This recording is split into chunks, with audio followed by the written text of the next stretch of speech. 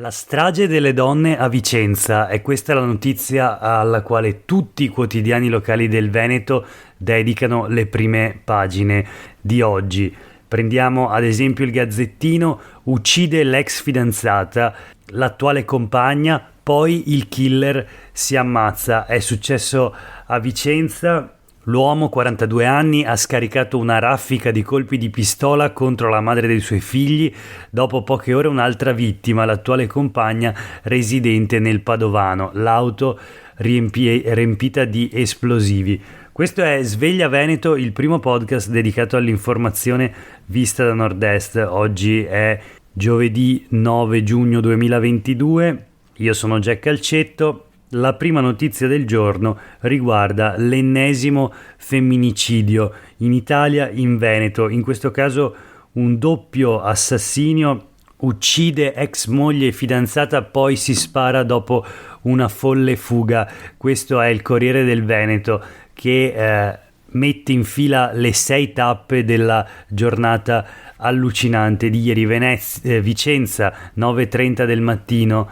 Lidia, 42 anni, di origine serba, accompagna la figlia di 13 anni a scuola, anche un altro figlio di 16 anni. Il padre dei suoi ragazzi è il 42enne di origine bosniaca Zlatan.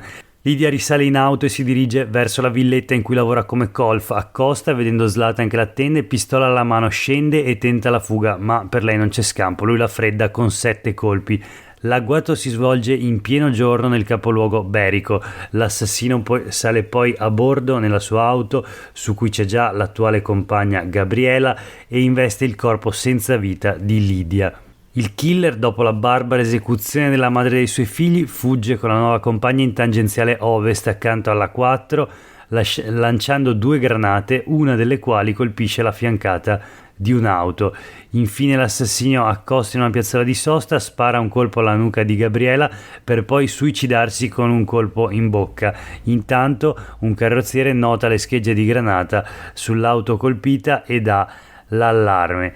Le forze dell'ordine localizzano l'auto del fuggitivo, poi la macabra scoperta: altri 2 cadaveri. Ma la giornata di follia non è finita, perché gli artificieri ritrovano a bordo dell'auto anche altre granate inesplose. Insomma, questo il resoconto del Corriere del Veneto, che riporta anche dei dati: 11 omicidi a Vicenza in 17 mesi. Da gennaio 2021 ad oggi sono 11 gli omicidi che si sono verificati appunto nella provincia di Vicenza, ma di questi 6 avevano come vittime delle donne, quindi la maggior parte degli omicidi avvenuti a Vicenza nell'ultimo anno sono stati dei femminicidi. Altre cifre sul Gazzettino, che in uno specchietto riporta i dati relativi a omicidi e femminicidi in Italia. Dal 2018 al 2021 il tasso dei femminicidi ha superato il 30% sul totale, e molto spesso l'assassino è il partner o l'ex partner. Ad esempio, sul totale dei 119 femminicidi del 2021, ben 70 sono per mano del partner o dell'ex partner.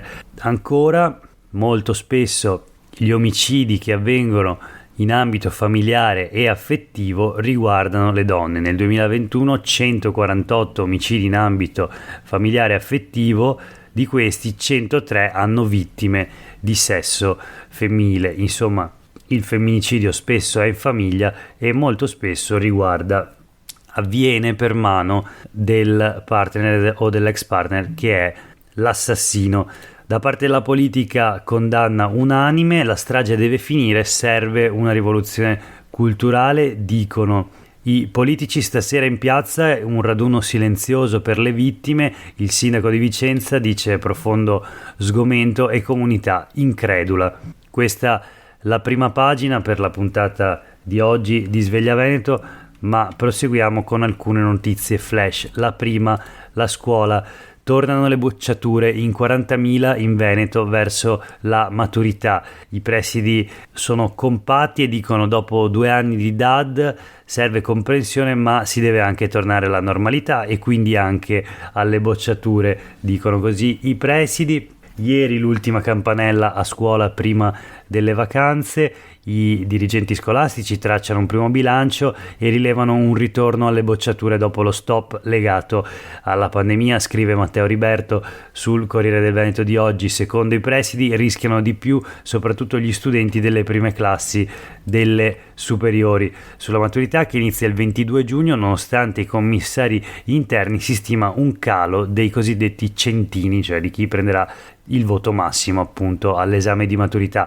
C'è anche una notizia da Vicenza, di nuovo in un istituto di Vicenza, ultimo giorno in DAD, quindi per l'ultimo giorno di scuola non tutti gli studenti a casa in collegamento per evitare gli eccessi dei festeggiamenti. È successo all'Istituto Professionale Lampertico di Vicenza, dove la preside con una circolare ha imposto che l'ultimo giorno si svolgesse in didattica a distanza.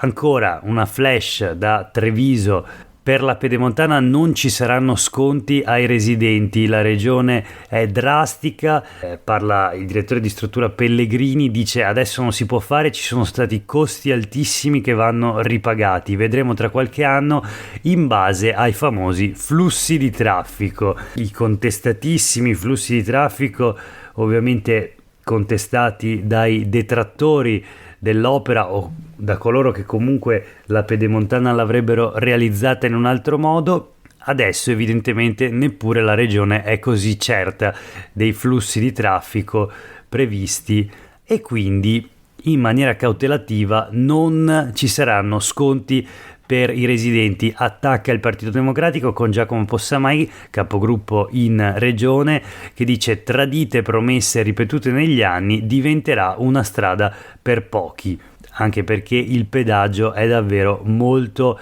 elevato.